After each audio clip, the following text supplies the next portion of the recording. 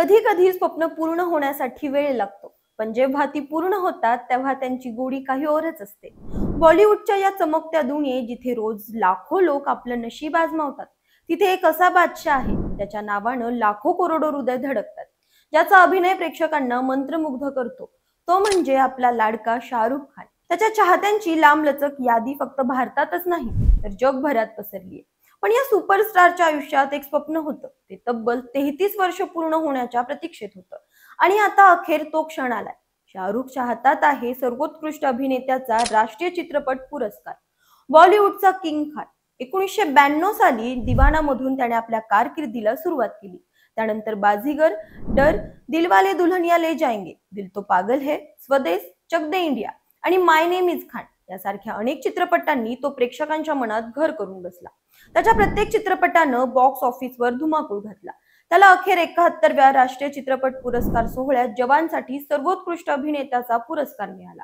पण हा प्रवास इतका सोपा नव्हता। नमस्कार, मी अंजली आपलं स्वागत करते पोलखोलमध्ये। शाहरुख खान हा फक्त रोमॅन्टिक हिरो नाही, तर एक असा अभिनेता आहे ज्याने त्याच्या प्रत्येक भूमिकेत प्रेक्षकांना काहीतरी नवीन दिलं।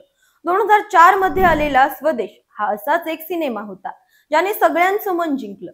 या सिनेमात शाहरुखने साकारलेला मोहन भार्गव हा परदेशातून आपल्या मातृभूमीकडे परत येणारा तरुण इतका जिवंत वाटला की प्रेक्षकांनी त्याला डोक्यावर घेतलं। समीक्षकांनीही शाहरुखच्या अभिनयाचं तोंड भरून कौतुक केलं। सगळ्यांना वाटलं यंदा शाहरुखला राष्ट्रीय पुरस्कार नक्की मिळेल, पण त्या वर्षी हा पुरस्कार गेला सैफ अली खानला हम तुमसाठी। शाहरुखच्या चाहत्यांना ही गोष्ट खटकली, खुद शाहरुखलाही ही खंत राहिली।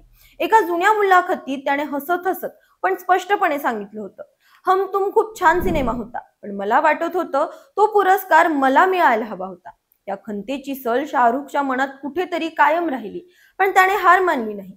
चक दे इंडिया, रब ने बना दी जोडी असे एकापेक्षा एक सिनेमे देत तो पुढे जात राहिला आणि मग आला जवान। 2023 मध्ये रिलीज झालेल्या जवानने बॉक्स ऑफिसवर धुमाकूळ घातला।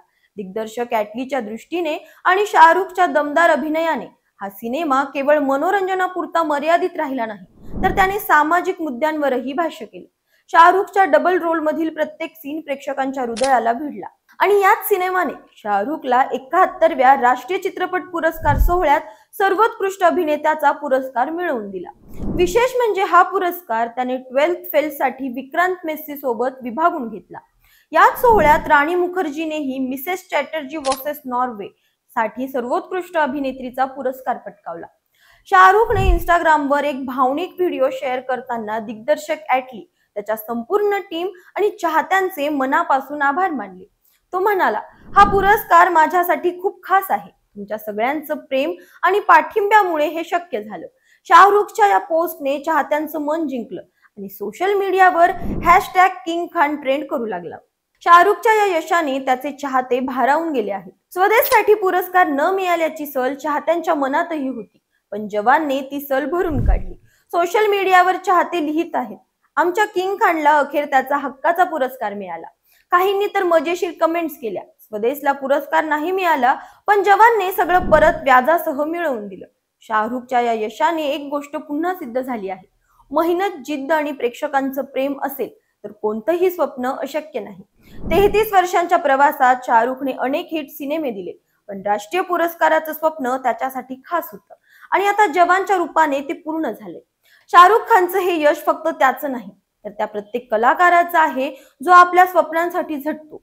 जवानने शाहरुखला राष्ट्रीय पुरस्कार मिळवून दिला, पण त्याच्या 33 वर्षांच्या प्रवासाने प्रत्येकाला एकच संदेश दिला, स्वप्न पहा, मेहनत करा आणि हार मानू नका। किंग खानने पुन्हा एकदा सिद्ध केलं की तो खरंच बॉलिवूडचा बादशाह आहे। तुम्हाला शाहरुखचा हा प्रवास कसा वाटला आणि त्याचा कोणता चित्रपट तुम्हाला आवडतो, कमेंट्स मध्ये नक्की सांगा। अशाच माहितीपूर्वक व्हिडिओसाठी आमच्या चॅनलला लाईक, सबस्क्राईब आणि शेअर करा।